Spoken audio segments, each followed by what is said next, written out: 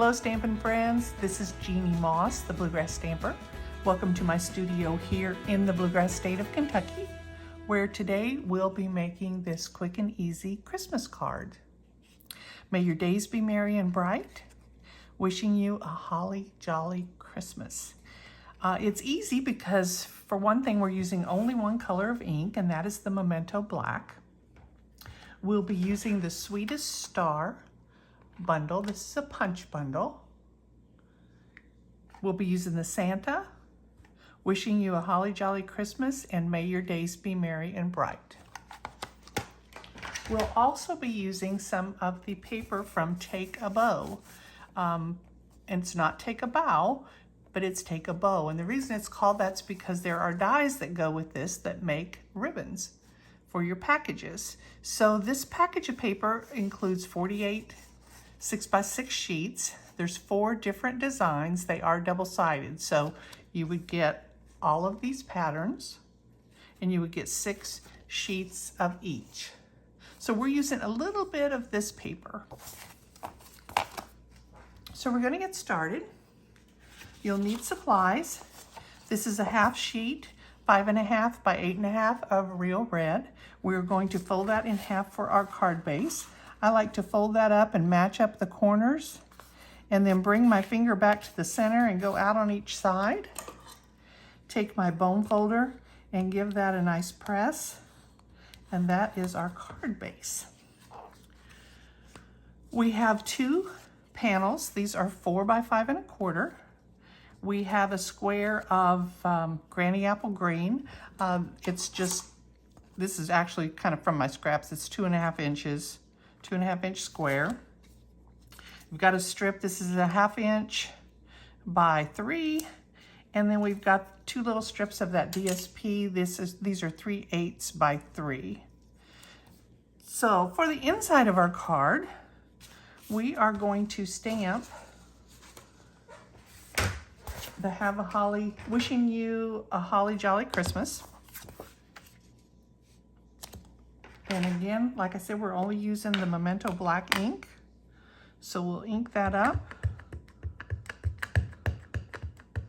And this is one of the felt pads, so you can actually press hard on this. It's not like one of our foam pads that is really soft. We'll press that down, give it a nice press, and there is the inside of our card. Now, while I have the ink pad out, I'm going to go ahead and stamp on this one. This is the one that says may your days be merry and bright.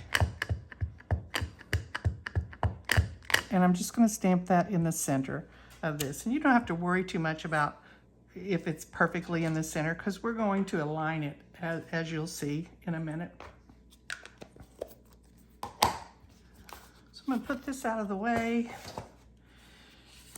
And I'm going to go ahead and finish this piece. So I'm just taking one of those pieces of that DSP. I'm going to put a little bit of glue on the back of that. I'm going to bring in a piece of scrap paper so I don't end up with glue everywhere. And I'm just putting this across on either side in a diagonal across the bottom. And then I'll just flip it over and I'll use my paper snips to trim off the excess. And that just gives us a little bit of color on the inside of our card. Makes it look nice.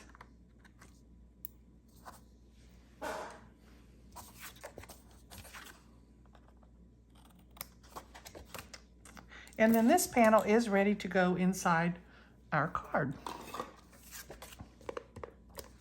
Got some nasty stuff there on my seal. I've lost my lid, so I don't know where where the lid is to my seal. Just gonna put some of that across. And like I said, this is the inside of our card. It's got a little bit of a border. There's about 1/8 of an inch border all the way around. And the inside of our card is ready to go. Now we'll work on the front of our card. So we have another piece, another one of those white ones. It's 4 by 5 1/4. And we'll take our star punch. We're going to put it all the way in as far as it will go. And we want to leave just a little bit. You can see over here on the right-hand side, a little bit of a white border there, maybe in about 1/4 of an inch. And we'll punch. So we're punching that out. And then next, we're going to take this piece that we've punched and we're going to put it in the So Swirly embossing folder. That is this one. We'll put it inside and we'll run it through our Stampin' Cut and Emboss machine. Now this is not a 3D embossing folder. So instead of using the platform and the gray pad, you'll use your basic #1 platform and you'll use the 2 #3 cutting plates. You'll put it between those 2 plates. You'll run it through your machine and you'll have something that looks like this. So now we are ready to take this, and on the back side, I've got my star. I want my star to be at the bottom on the right. So I'm going to flip that over. We're going to take dimensionals as soon as I find mine. And we'll put one on each of those inner points of the star.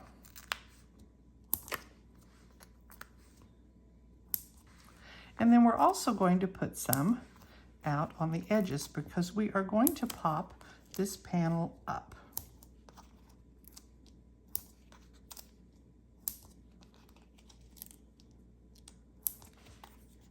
Now we're only going to take the tops off of the ones around our star.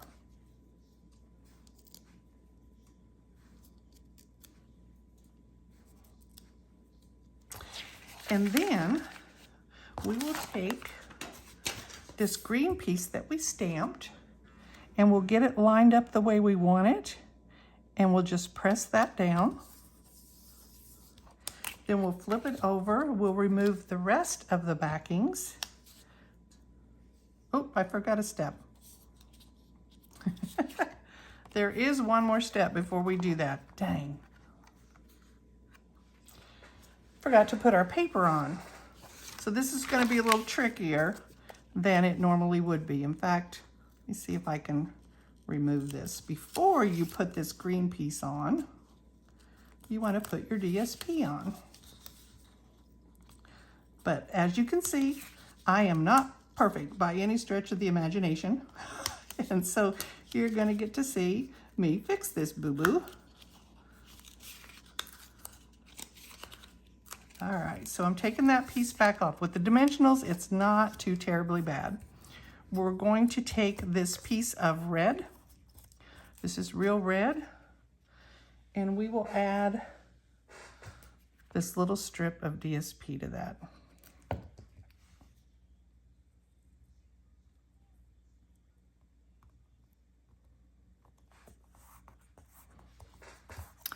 Now, we're going to decide where we want this DSP, and I want it right across this bottom part of my star.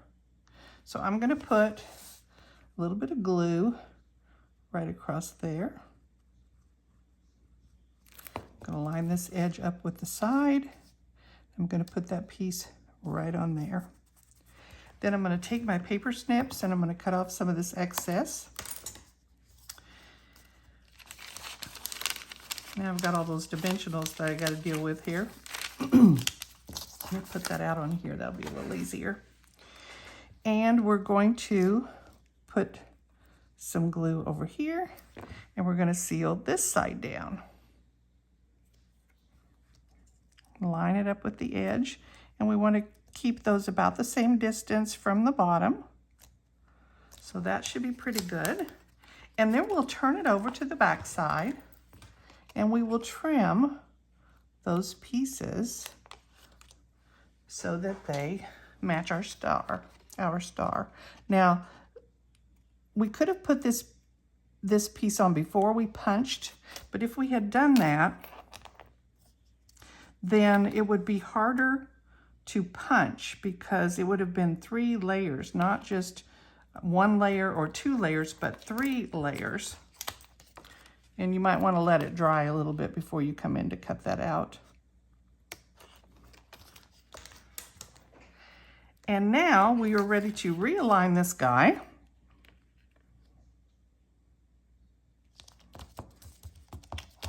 And finish taking the backs off our dimensionals.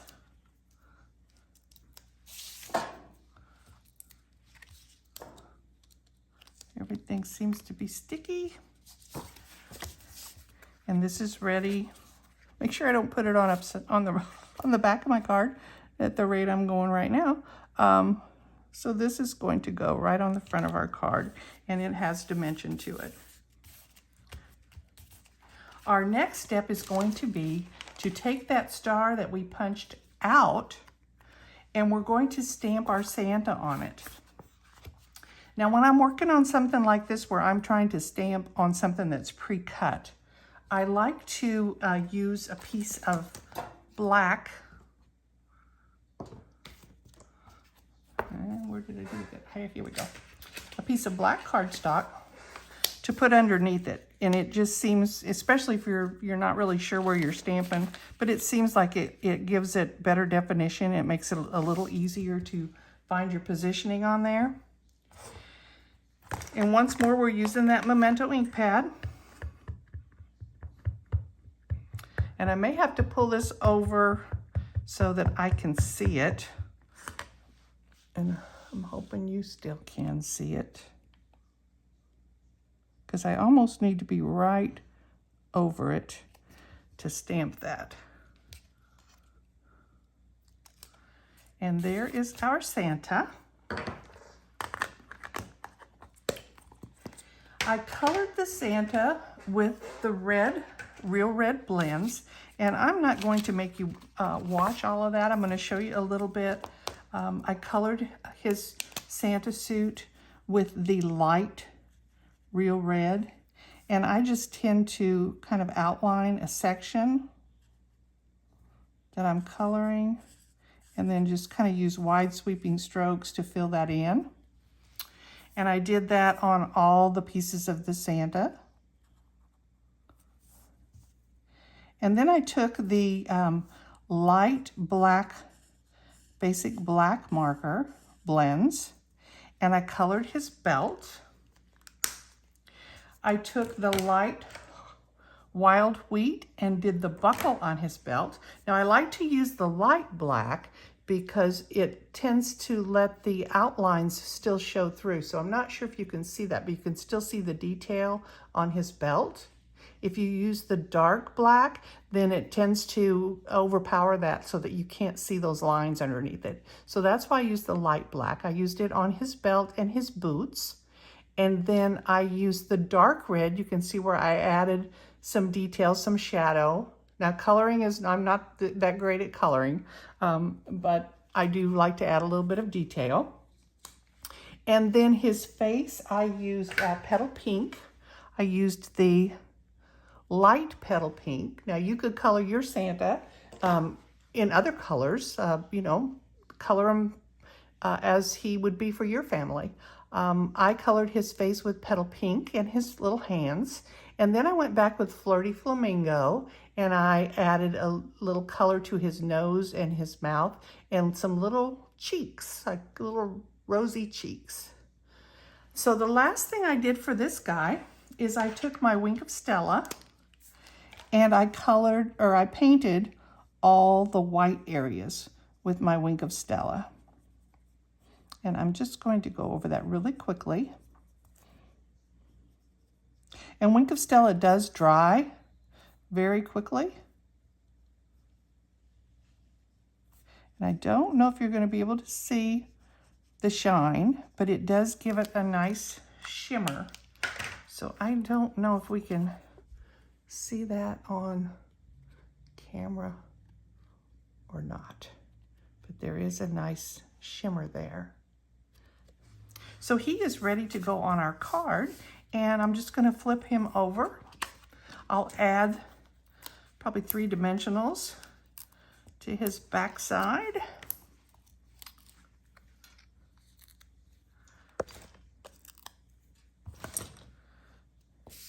And I'll put him up here. Let him hang into that star a little bit. The last thing I did was I took my dark red, Real Red blends. I took the fine line point, that's the bullet point, which is a hard tip, and I colored some of the basic rhinestone jewels. And I just colored them with my marker, and that gives me some cute little red rhinestones. And then I just put those on my card. So put a couple up here, put one down here, and there you have it. There's our quick and easy little Santa card. So it's nice with the dimension. You've got the lower level with the stamping, and then this is raised one level, and then this is raised another level. So it's nice depth to this card. And there it is. I hope you've enjoyed it. If you have any questions, you can email me at bluegrassstamper@gmail.com. If you'd like to see more of my projects, my website is www.bluegrassstamper.com. If you would like to sign up for my email, you can do that over on the website. And I do send out a tutorial every week, and also other news and projects. So thank you for joining me, and I hope I'll see you here again. Bye.